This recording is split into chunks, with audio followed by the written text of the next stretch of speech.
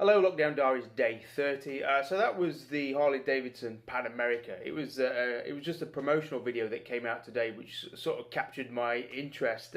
It's a bike I've been intrigued with, and I think the marketing image behind it is also very interesting because they're very much mimicking the marketing imagery, the off-road drifting and the off-road rough riding that sort of launched the Africa Twin, Tenere 700, KTM 790, and all those really dual sport orientated adventure motorcycles. So it's very interesting to see Harley Davidson pushing through with that image for their Pan America.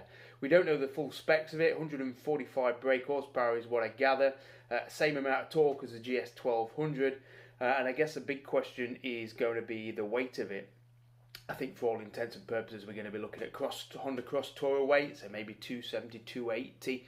So it's going to be a big old beast, and I guess I'm just curious as to what anyone else thought, really. Is it a bike that interests you? Are you excited about seeing it on the road? Does it hold a curiosity, or does it just make you want to vomit at the sheer thought of that front end and the fact that Harley Davidson has entered the highly competitive adventure bike market with a bike that in a lot of ways doesn't really shout or stand out in any unique way, other than the fact that its branding and its imagery and I guess its visual look is very different to the others. Is it enough to make it stand out against the GS12 1250?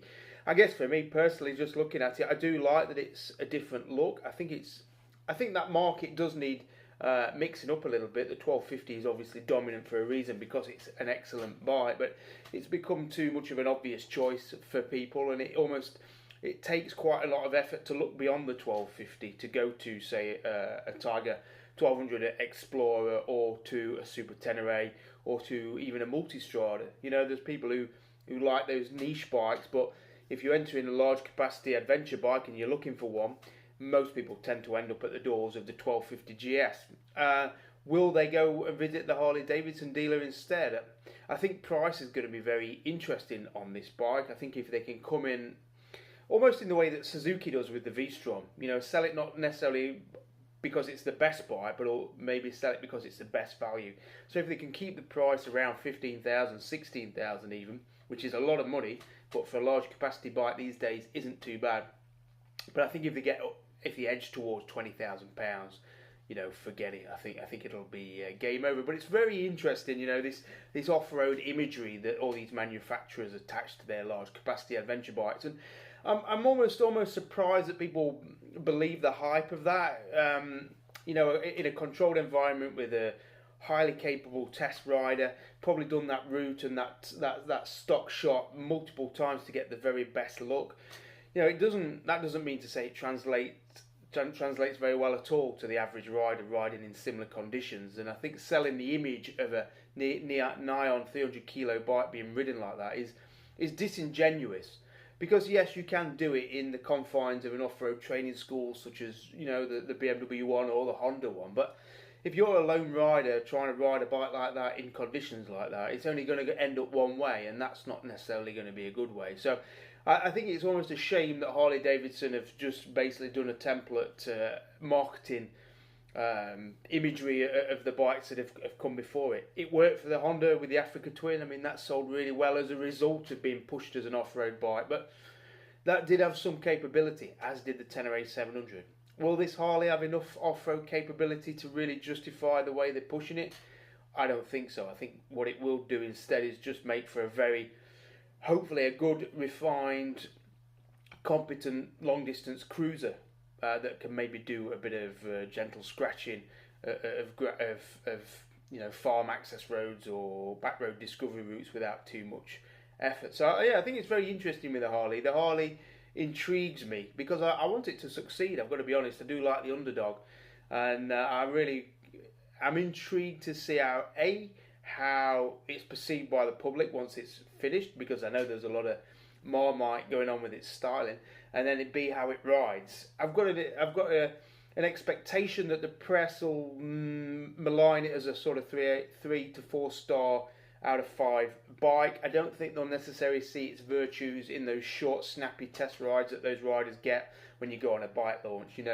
Yes, you get ideal conditions, and yes, you get to ride the bike on some perfect roads. But if a bike isn't fantastic, then it doesn't often shine in that short duration ride where you've only got maybe 4 hours on the bike before having to write up your review. So I think it'll get a lukewarm reception by the press. I think the early adopters who buy it will actually really like it and really warm to it. I think they're going to have broad shoulders to carry the ridicule, I guess, and the attention that that bike is going to bring them whenever they park it up. But I'm quietly optimistic that Harley Davidson, given how long it's taken them, and given the height, that they'll have made a half decent bike, at least as good as a Super Tenere. So we'll see. But I just wanted to share that video just because it popped up on my Facebook today, and I thought it was something different, and it's certainly something in the adventure sector that intrigues me. Does it intrigue you? Are you looking forward to it? Are you looking forward to it? I don't know. Are you not looking forward to it? I guess. But yeah, that's it. Lockdown Diaries Day 30. Just a short one. Just to say, if you ordered a Dorothy Speed Shop mug and it arrived broken, please just let me know.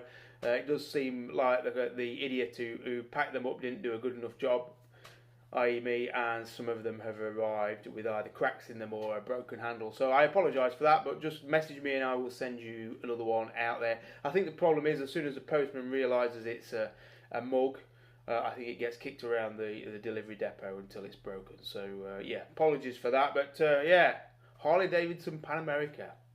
I am genuinely looking forward to riding one, I've got to be honest. Alright, over and out. Cheers.